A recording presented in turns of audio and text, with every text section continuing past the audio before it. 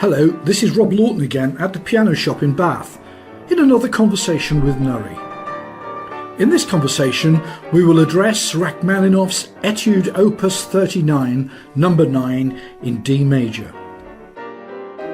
Rachmaninoff began writing 9 pieces in his Opus 39 while still in Russia towards the end of the First World War and during the Russian Revolution.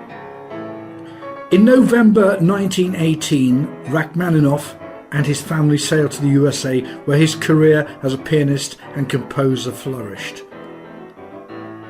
Opus 39 No. 9 is a dramatic, bombastic march which contains ingenious counterpoint, lush harmonies and a wide range of musical colours. What makes No. 9 an especially difficult piece is that the left-hand work is as complex as that for the right hand. Nurry has frequently shied away from Rachmaninoff because his work was written for a large hand span. This has therefore demanded her to develop workarounds in order for her to achieve the desired results. Rachmaninoff was an accomplished pianist, and such a work as Opus 39 was written in order for the pianists to develop their skill rather than a concert recital. Let's now ask Nurry to introduce the piece. Yeah, I think, well, this piece, it's like, it's obviously, it's an etude, so it's obviously has its technical challenges, from like a pianist point of view, and I think you can see straight away like the left hand is so tricky because it's almost equal to the right hand straight away from the beginning. If you see these, so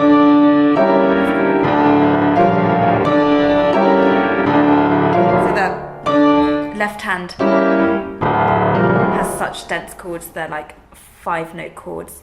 That means like one finger per note, and they have to like come out. So you need like extremely strong fingers. Obviously the same with the right hand.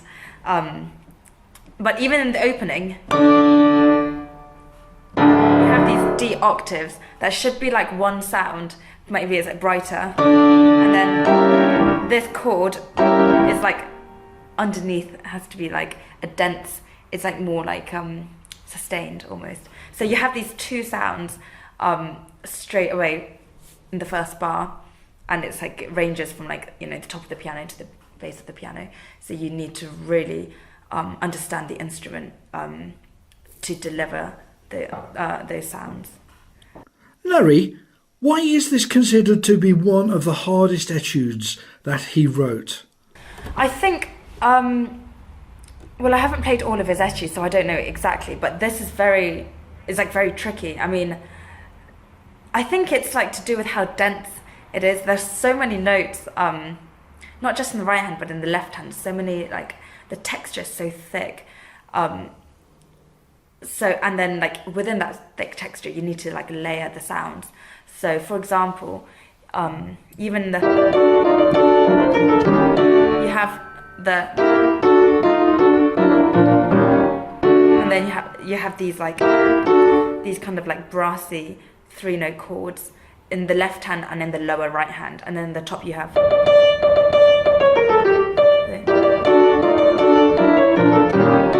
But because the chords change so often, it's not like it stays the same. It changes like every quaver, every half. It like changes every like quaver. So that's like, it changes at such a quick pace that your fingers have to like be so quick to get into the new hand position, and also strong enough to like hear very clearly. So you just need extremely agile fingers, agile but also strong, and also then you need to have the control to then make it not too loud or like balance the color, the sound and the dynamic, to bring out the important notes in the thick texture. And especially the left hand, I think the left hand's very tricky. For example, on the first page, the next part,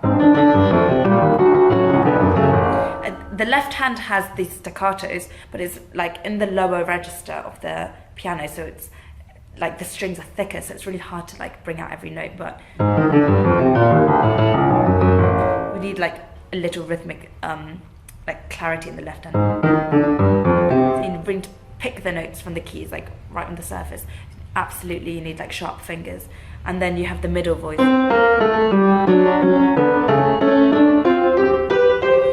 in the right hand, and then on the top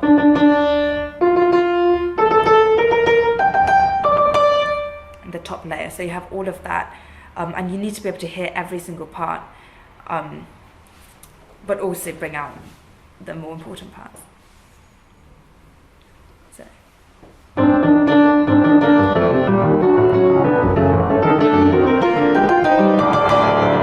And then also do the dynamics. It starts quieter and then, you know, it goes bigger. They need to like organize the phrasing like that.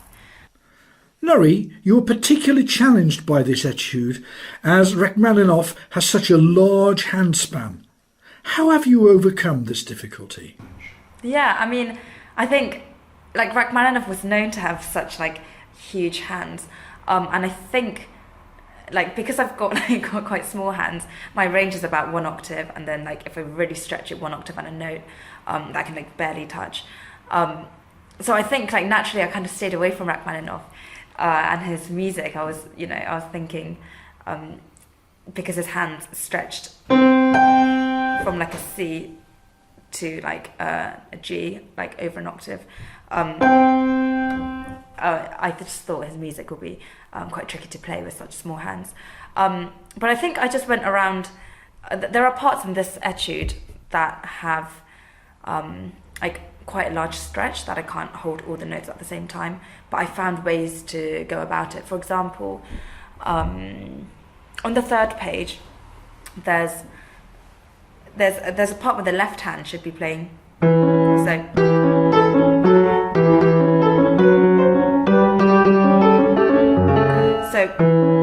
So your left hand, the little finger holds down a crotchet, a long note, and then the middle part has so it's meant to be like 2 voices in the left hand, but because I can't reach it, I can only reach it from like the second half of the bar. I have to use the right hand, which has thirds. So it's what it normally has, but then I take 1 note of the middle voice in the left hand for 4 beats, just to take that. So then it doesn't miss a single note. So yeah, I just distribute some of the voices to like the right hand or the left hand, because I can't reach it. And there's no way around it because I can't put the pedal down, because then you won't be able to hear the texture's too thick, so you need to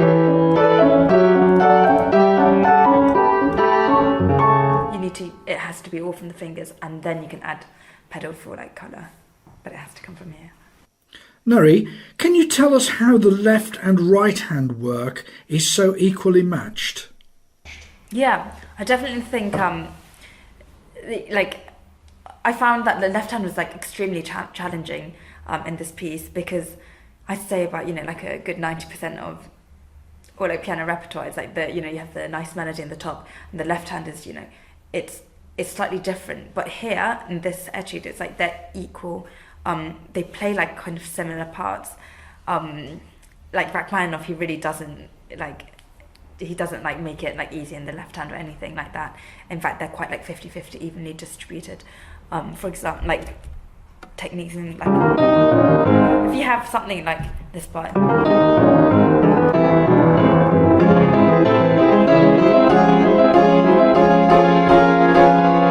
and you have that, the left hand is then 2 voices, and then so like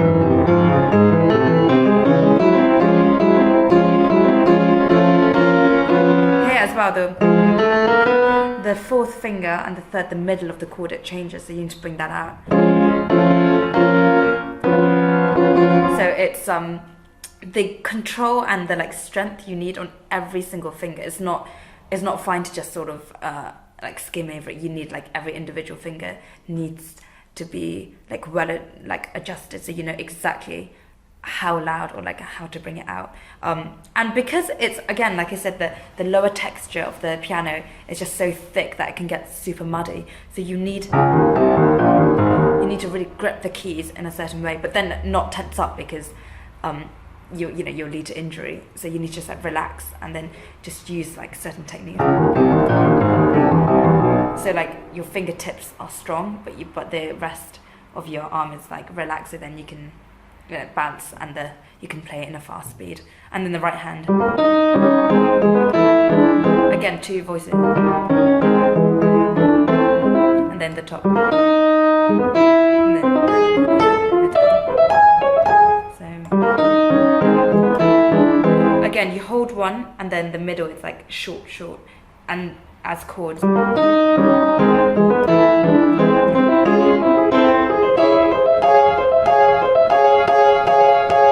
Or like the accents, and you put it together. Again,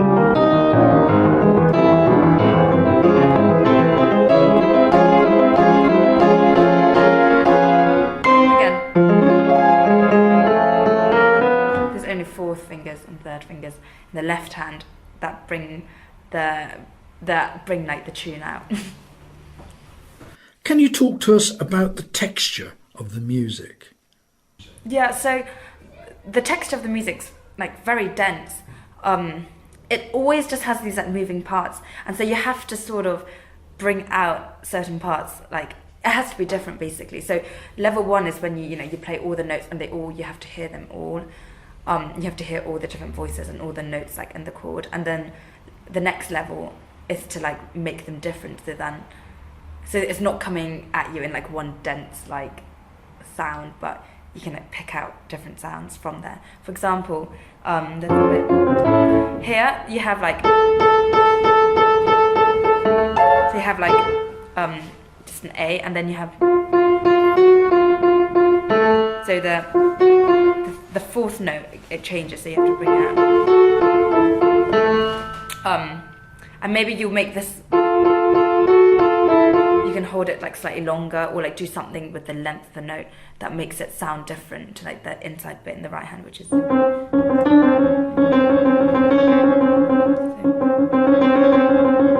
that probably staccato. So that's just in one hand, and then left hand you have, again, you need to get this character, and it's all piano, so that means like extremely quiet, and then like give it a bit of a shape or something. So, and then you add the top 2,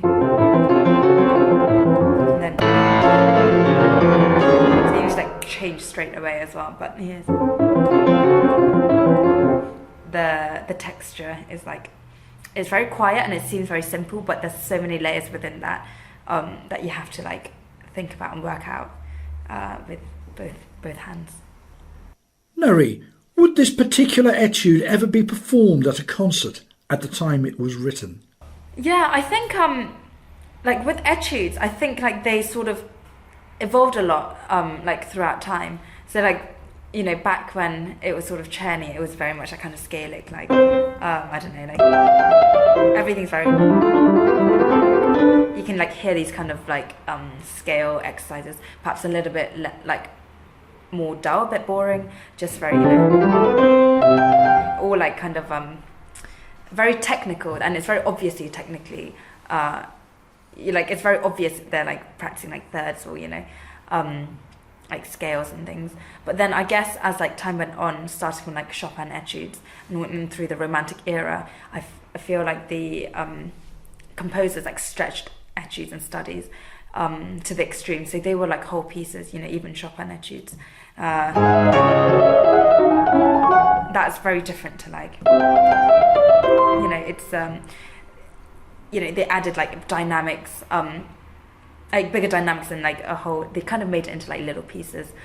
And I think Rachmaninoff, which is much later in the Romantic era, even this piece it's so technically challenging that it's sometimes you could like be like stuck in the technique part, but you have to kind of look past it, and then find like the musicality behind the piece. But yeah, in a etude like this, because it's so tricky, I think, yeah, I feel like Rachmaninoff kind of packed it in with all these sort of like challenges that you have to sort of overcome, and then like get to the music side of it. And whether it'll be performed then, I'm not too sure whether it was performed in Rachmaninoff's time, and whether these etudes were like performed as they are now. Maybe they were, but I think, yeah, like fundamentally it was just it was written to like challenge the pianists as well, and like stretch the piano technique to the limits. We'll finish now, but not before I ask if you could move to the Steinway behind you to perform the whole etude.